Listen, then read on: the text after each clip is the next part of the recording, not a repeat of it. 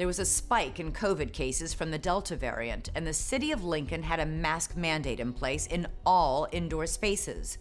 Janine Hoskovec was visiting from her home in Arizona. That's excuse me? Excuse me, I'm coming through.